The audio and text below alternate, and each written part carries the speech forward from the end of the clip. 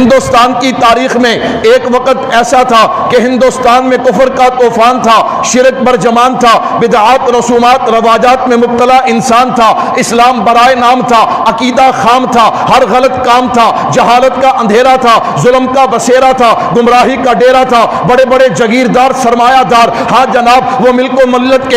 ملت کے غدار تھے، انگریز کے وفادار تھے، قرآن کے نقشے جلائے جا رہے تھے اور جناب دینداروں کو پھانسیوں پہ لٹکایا جا رہا تھا، مسلمانوں کی بے بسی کا عجیب عالم تھا۔ اس حالت میں میرے رب کو ترس آیا، کس رب کو ترس آیا جو خزاں کے بعد بہار پیدا کرتا ہے، اس رب کو ترس آیا جو رات کے اندھیرے کے بعد صبح کا سویرا پیدا کرتا ہے، اس رب کو ترس آیا جو کانٹوں کے درمیان نرم و نازک پھول کو پیدا کرتا ہے، اس رب کو ترس آیا جو بھوکوں کو کھانا کھلاتا ہے، پیاسوں کو پانی پلاتا ہے، اس رب کو ترس آیا جس نے کن کہا آسمان کو بلندیاں مل گئی، جس نے کن کہا زمین کو وسعتیں مل گئی، کس رب کو ترس آیا، اس رب کو ترس آیا جس نے کن کہا دن کو اجالا مل گیا، رات کو اندھیرا مل گیا، اس رب کو ترس آیا جس نے کن کہا چاند کو چاندنی مل گئی، سورج کو کرنیں مل گئی، ستاروں کو جگمگاہٹ مل گئی، پرندوں کو اڑان مل گئی، پھلوں کو مٹھاس مل گئی، پھولوں کو خوشبو مل گئی، دریاؤں کو روانی مل گئی، سمندروں کو گہرائی مل گئی، پتھروں کو طاقت مل گئی،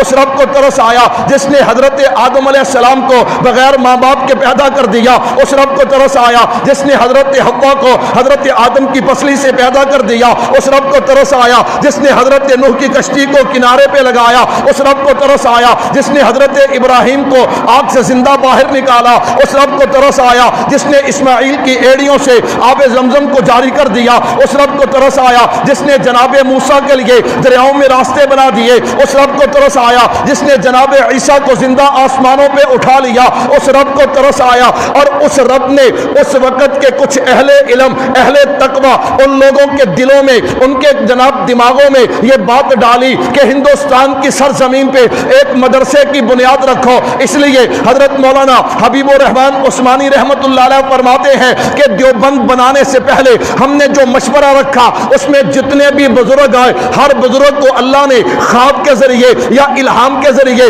یہ اشارہ دیا کہ ہندوستان کی سرزمین پہ ایک مدرسہ قائم ہونا چاہیے۔ حضرت مولانا نانوتوی رحمت اللہ علیہ فرماتے ہیں میں نے خواب میں دیکھا کہ میں بیت اللہ کی چھت پہ کھڑا ہوں، میری 10 انگلیاں ان سے پانی کے چشمے جاری ہوتے ہیں اور پوری دنیا میں پھیل جاتے ہیں۔ مولانا رفیع الدین رحمت اللہ علیہ فرماتے ہیں علوم دین کی چابیاں مجھے پکڑا دی جاتی ہیں، میں قربان جاؤں جب یہ مدرسے کی بنیاد رکھی گئی۔ ہاں اس وقت سن کیا تھا، وقت کیا تھا، 1866 دیوبند کی بستی، انار کا درخت، چھتے والی مسجد، انار کے درخت کے نیچے ایک استاد بیٹھتا ہے، ایک شاگرد بیٹھتا ہے، دارالعلوم دیوبند کا آغاز ہو جاتا ہے۔ لیکن 10 سال کے بعد جب طالب علم زیادہ ہو گئے، عمارت کی ضرورت پڑی نا، تو سب سے پہلی عمارت جسے نو درہ کہا جاتا ہے جو آج بھی دارالعلوم دیوبند میں موجود ہے، حضرت مولانا رفیع الدین رحمت اللہ علیہ فرماتے ہیں ہم نے اس کی بنیادیں کھو دی ہیں۔ میں رات کو سو گیا، خواب میں امام الانبیاء کو دیکھا، حضور فرماتے ہیں